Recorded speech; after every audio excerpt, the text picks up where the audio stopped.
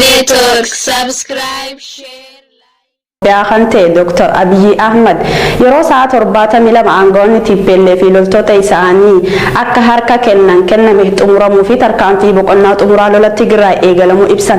Tarkaanfii waraana mootummaa opereeshinii yookaan ergama seera kabachiisuu jedhu kun boqonnaa xumuraa seenuu kan labsame wayita qondaalonni olaanaan gamtaa Afrikaa sadi Finfinneedhaaf jaarsummaa galanitti.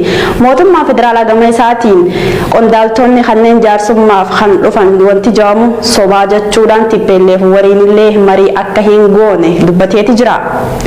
Akkasumas gama biraatiin hooggantoota duraanii biyyoota Afrikaa sadii ergama gamtaa Afrikaa fudhachuudhaan lola mootummaa federaalaa fi TPLF jidduutti jaarsummaa taa'uuf Finfinnee galaniiti jiran. Guutuu gabaasa kanaa Muhammad Abdusalaam akka ta'an isiniif dhiyeessa.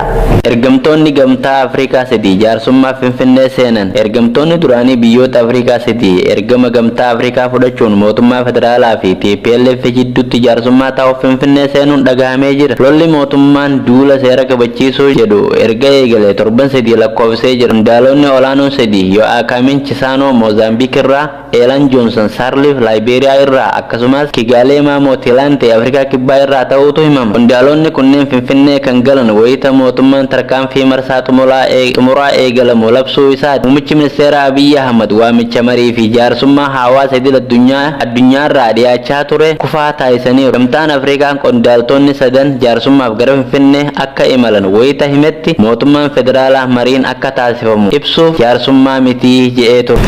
Godina Arsii Bahaa Arbaaguu keessatti hidhaa fi dararaan badii takkaan malatti waraana mootummaatiin uummata Oromoo irratti raawwatamaa jiru kan duraanii caalaa itti fufee jira jechuudhaan maddi keenya waaybii bilbilaa dubbise gara sirraa nutti hime. Guutuu gabaasa kana akka ta'an isiniif dhiyeessina.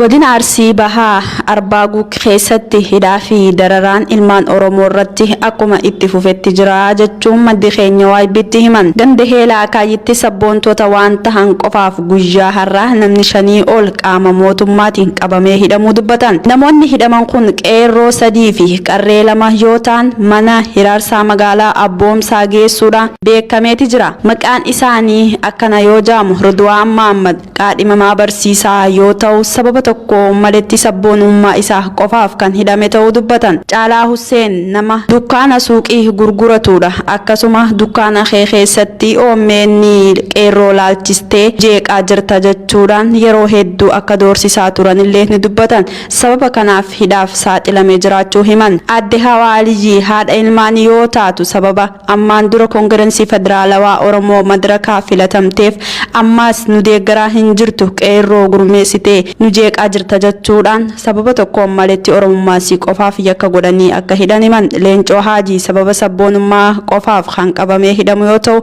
akkasumas Qaasim Aliyyii kan jaamu ammaas badii takkaan maletti hidhamee jechuun dubbatan. Akkuma waliigalaatti haalli amma Arbaaguu keessatti deemaa jiru hedduu yaaddeessaadha jechuun dubbatan. Arbaaguutti sabboontoota hedduu hidhaa turanii guutuu waaqoo dabalatee amaan bunaa dabalatee sabboontoota hedduu warra adda duree yeroo martii tanaan dura sochoosaatiin hin turanii guutuu waaqoo keessattuu nama jabaa silaa Oromoon qabu jedheetiin namni hedduun abdatu erga Hacaaluun hidhamee asiisa amma gara ji'a afuriitii oliif deemaa qaata hidhameetiin hin jiran gammaatitti eessa akka jiru hin beekamne. Maatiin isaatillee baay'ee rakkataatiin hin jiranii mindaa isaatillee irraa kutanii jiranii.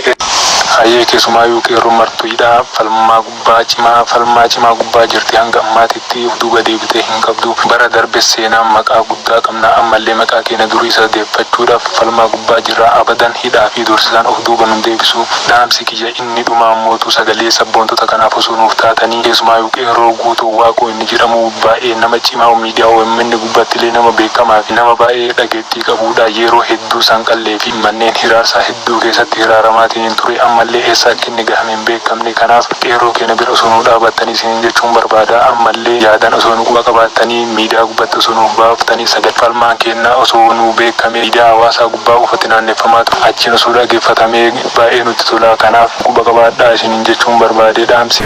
Harargee Lixaanaa Mi'eessoo magaalaa Asaboot keessatti nama maqaan isaa Usmaa'il jaamu ilmaan keessantu shanee jechuudhaan maatii isaa fi ilmaan isaa hedduu akka dararaa jiran maddi keenya gara sirraa nutti himeeti jira.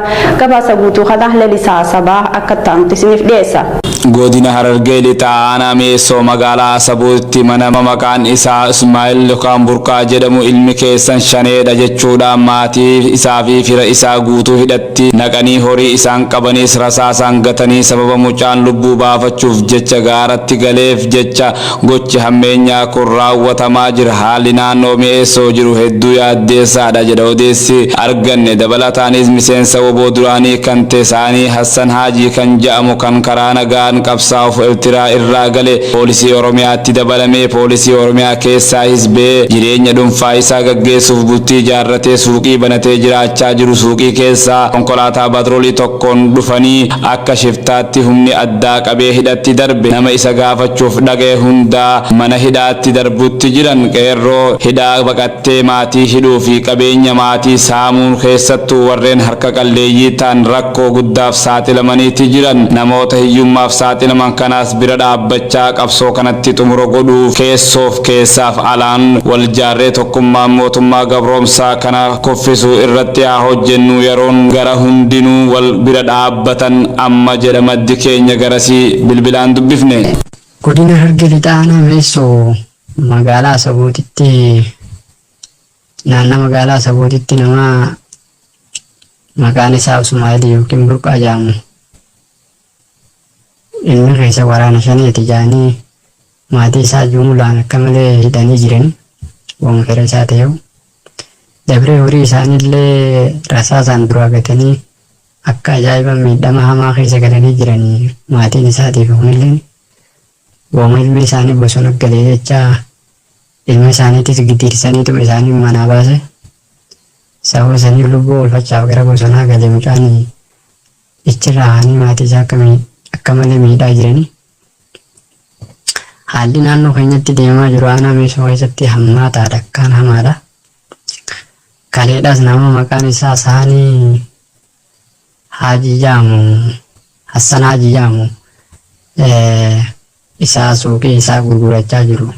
Mucaan kun nama miseensa woboodhaa kan Eertiraa irraa qabsoo waraana nagaatiif gale keessaa tokko wajjin poolisii Oromiyaa maqamee haalli poolisii Oromiyaa keessaa jiru hedduu isa jibbisiisee gara maatii galee achirraa maatii horatee bultii ijaarratee gara hojii daldalatti bobba'ee suuqii isaa gurgurachaa ture. Mana suuqii keessaa isa guutanii patrooliidhaan makiinaa patrooliitiin dhufanii humni addaa tun akka nama gartee shiftatti qabanii hidhanii namoota amma mana hidhaa aanaa Meessoo kana keessa waajjira poolisii keessatti hidhanii nama isa dhaqee ilaaluullee deemu hedduu hidhaatti darbaa jiran.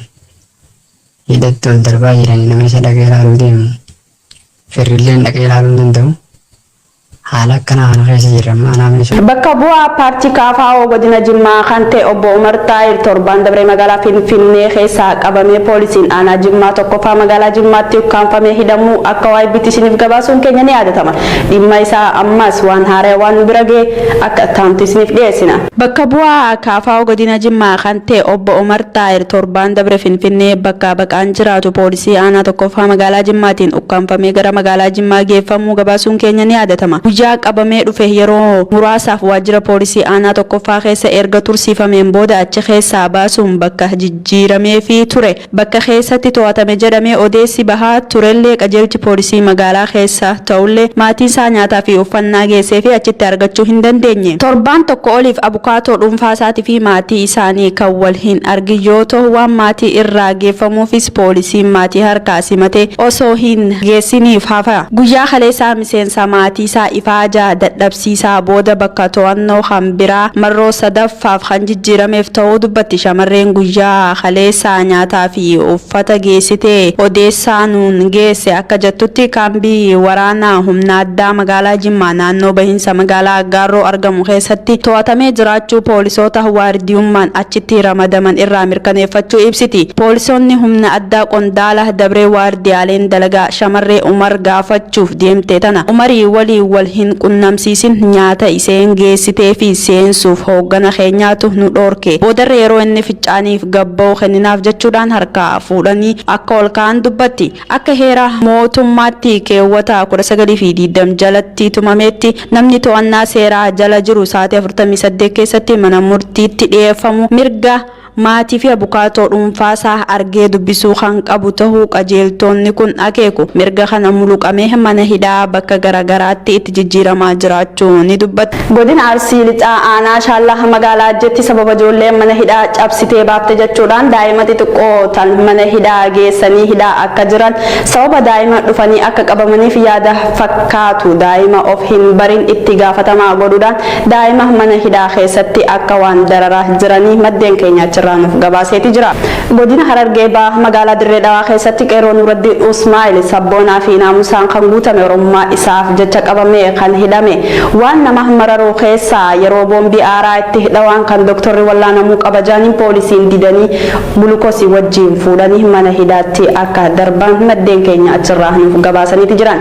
Haaluma wal fakkaatuun rakkoo yeroo ammaa magaalaa Dirree Dhawaa keessatti deemaa jiru kan duraanii caalaa akka jabeessallee maddi keenya kun ni dubbata. Godina Harargee aanaa Dirree Xayyaaraa keessatti qabsoon kan duraanii caalaa akkuma itti fufee jira jechuun maddi keenya waa'ee bitti hime. Aanaa Dirree Xayyaaraa Araddaa Hassangee bakka Hamdoo jedhamuun beekamu hiriirri mormii halkan edaa akka adeemaa turellee maddi keenya kun ni dubbata. Haalli nageenya aanaa Dirree Xayyaaraa fi naannoo isii keessa jiru kan duraanii caalaa nu yaaddeessee akka itti baanee fi akka itti gallullee wallaalleetti jirra jechuudhaan dubbatan. Waraanni kun yeroo ammaan tana walitti dhufee naannoo Hararii fi naannoo Oromiyaa irraa walitti dhufee ummata akka dararaa jiru dubbatan. Nutis waraanni akka fedhe baay'atu sochii hin dhaabne labsii qeerroo Oromoo fi Oromiyaa irraa nutti kenname haal dureedhaan kan duraanii caalaa jabeessinee itti fufnee jira jechuun dubbatan. Tole gaadaa.